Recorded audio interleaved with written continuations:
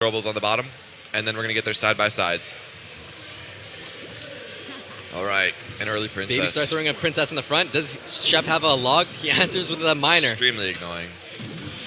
He actually planted it just in the right tile, the correct tile, actually, to push her a little bit backwards to aggro back onto the minor. So that did save 100 damage off that tower.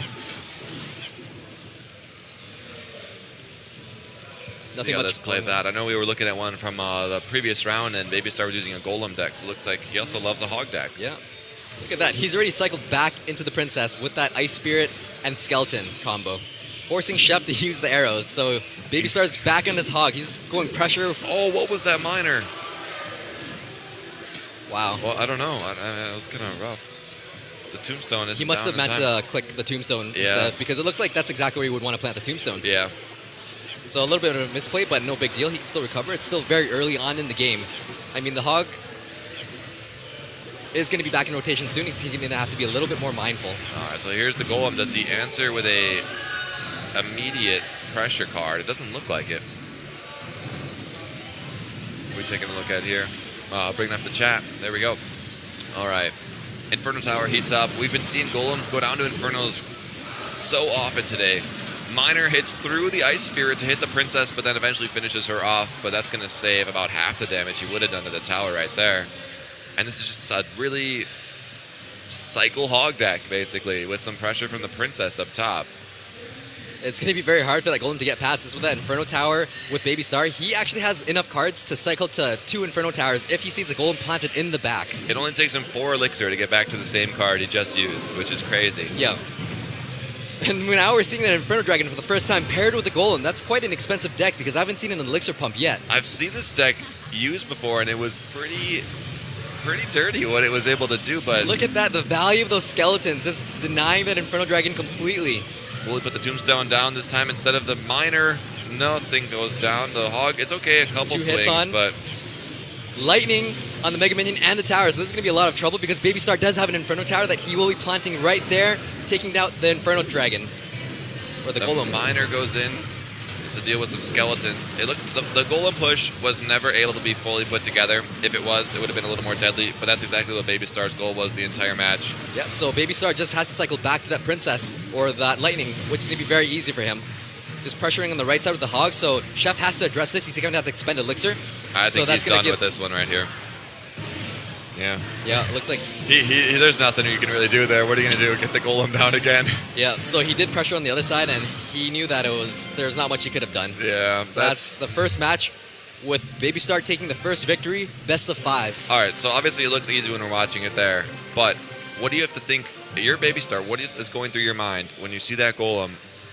How much do you ever hit 10 elixir and just sit and wait for something to happen, or do you always just keep deploying something for him to deal with? I typically like to play cycle deck, so I always have something to deploy. I always have an option, even if it's just to log the tower. But because like I like the big push decks, like the golem deck we just saw, so I don't have that mindset generally when I start matches. Yeah, it's annoying when I just can't get it going. They're like, deal with this, deal with that. Yeah, it's the chip cycle. It's a little bit more riskier because if you make one little mistake and that whole 2 minutes of the game where you've spent the whole game just trying to slowly chip them away, every push you're doing 200 damage, and then suddenly you misplay once and the prince gets to your tower, takes it out completely just from one misplay. I remember cycle decks when we took a quick trip to Korea, me, you, and Chief Pat.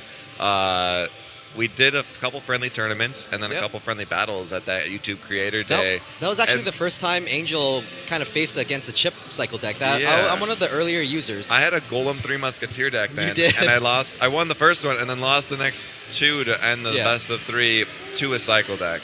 Back then, cycle decks weren't quite as popular. Yeah, I wasn't expecting it as much. It's pretty crazy. Fun how things change. We're waiting for, I think, a technicality here, but we'll stick with this series till it's done. Then we'll pull some of these other battles because there's some pretty good matchups going on right now. If you guys have any good questions or questions about the tournament, I guess since it's the end of the day and a lot of maybe North America is tuning in to this one versus the other streams, there are 2 days of preliminary streams, yesterday and today, which will be ending after round 5, which is after this. Tomorrow we start a little bit later, and that's going to be broadcasting the final 16 bracket, where those players are playing for the final 4, starting with 128, right? Yeah. 4 groups of 32, ending up with 16, eventually 4. It's been a long time, but we're saving all our energy for the Sunday stream because these have been like 9-hour stream days. Some of the stream days have been up to 11 hours. I mean, today we've been here since 9 a.m., but it's going to be very worth it and very exciting for tomorrow on Sunday with the 16 finalists competing for $10,000. That's going to be... Yeah, just this round 4 has been really insane. Yeah, just the top 4 players, the top 4 of the top 4 of the top 4. I don't know if there's strategy or technicality being discussed over there, but BabyStar has left the stage. Looks like there might be Strobel's over here cooking up something. It looks like BabyStar is talking to the staff, so there seems to be a bit of technical difficulties that will be resolved very soon. But in the meantime, how do you feel about the graveyard again? Oh, you want to talk about the graveyard? Yeah. I like the graveyard. Have you ever used it on defense yet? Our hotel has, what is it, 0.56 megabit? It's basically, we're on 56K right now, and... Yeah, we're not even in the megabit range, we're in the kilobit. We can't open chess unless we're at Paris Games Week 2016 convention here, like with the people dancing behind us, vibrating our seats. So we haven't really played at the hotel. We did, 2 matches last night, friendly battles? Yeah. They were in the episode today. If you guys haven't checked it out, for the first sneak peek that is live. Oh, so there's a picture of you crushing me. The replay. Yeah. Nice. I put a little bit of the mirrored graveyard on your king tower in that one. That did was actually fun. work? It did work. Yeah. It's only because you were just pushing their lane, though. But it's fun. I haven't used the graveyard on defense to answer the original question. Yeah, so about that, I've played quite a bit of games with it, and I haven't found many opportunities where I could use it defensively. I couldn't justify committing 5 elixir that's not going to be used to counter push. Whereas with a mini P.E.K.K.A, if you commit 4 elixir onto a giant rather than an Inferno Tower, that mini P.E.K.K.A translates into a counter attack. 5 elixir and all that time. Who's sending that slow of a push that you're just waiting with 5 elixir? Yep.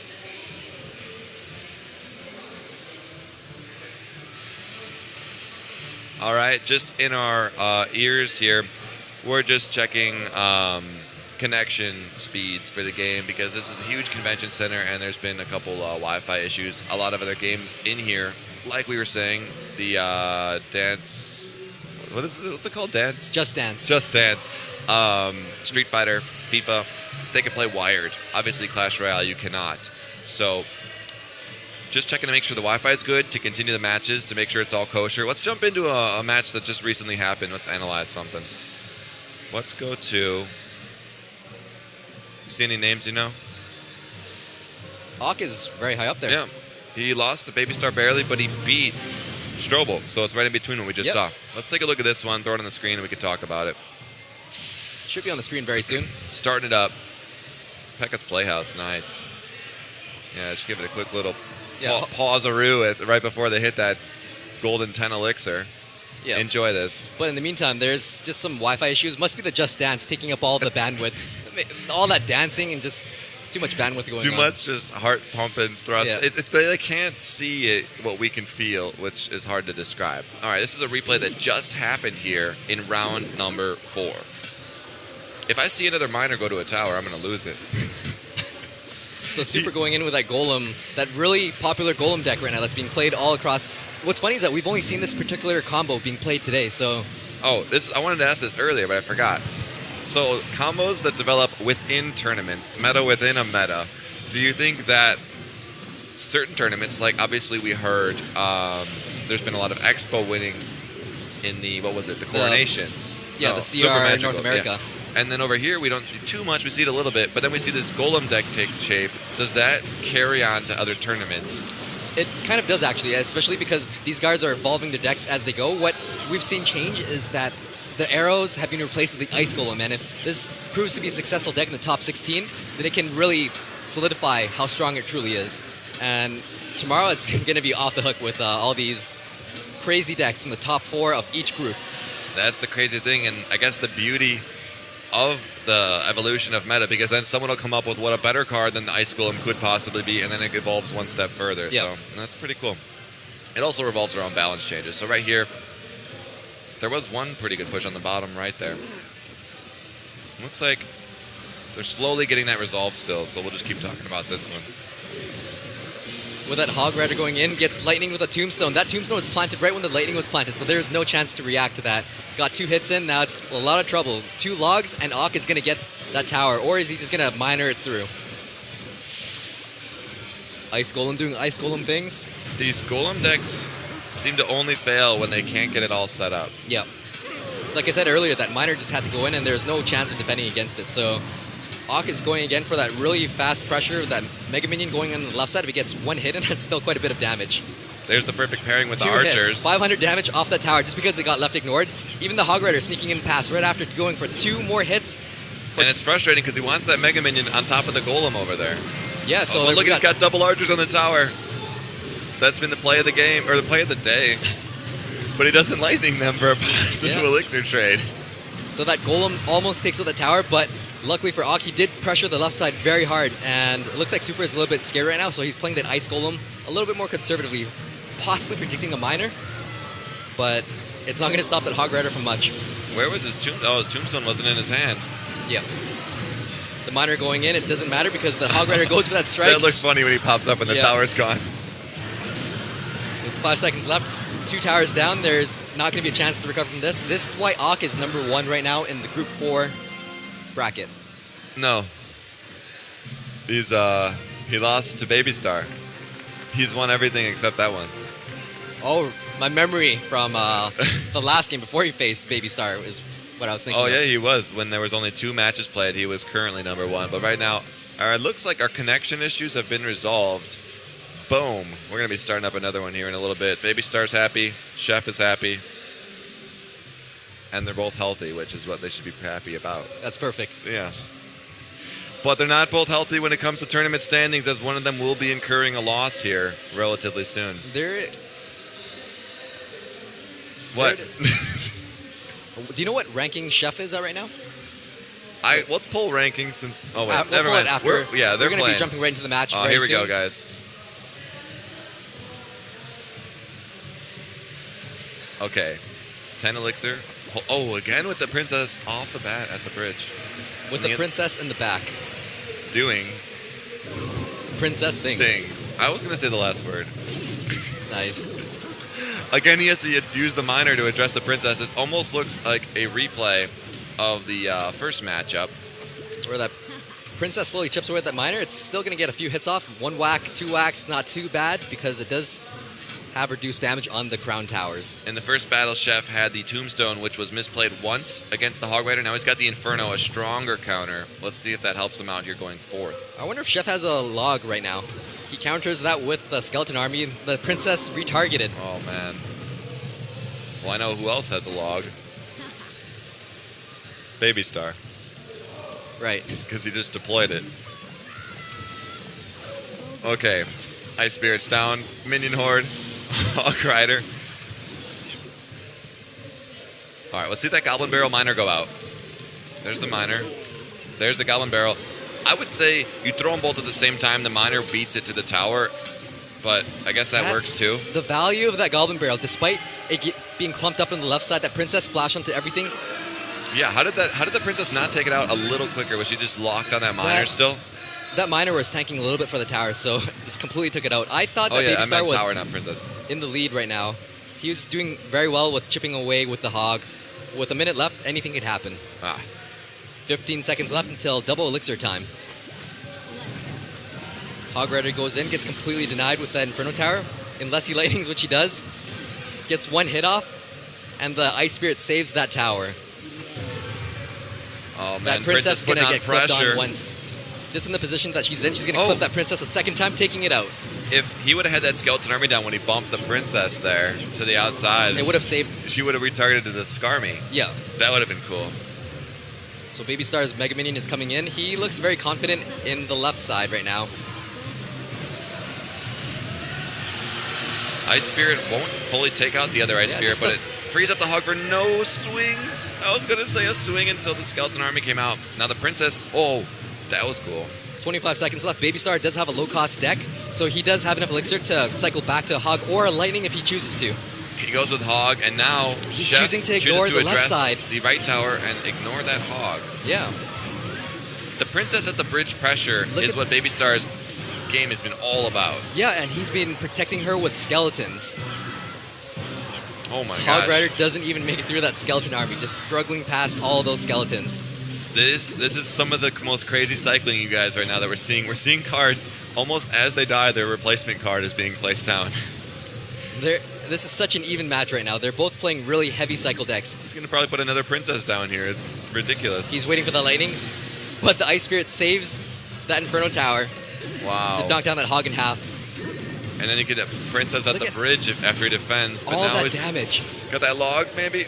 Yep, there it is. And then another princess at the log bridge. gets clipped onto the skeleton army. That is going to be trouble. That's the now play that of the game. princess isn't going to die. He's forced to fireball that princess, but that hog's going to go in for one strike. It's going to be finishing on that last hit. Oh my gosh. BabyStar down 0-1 comes back.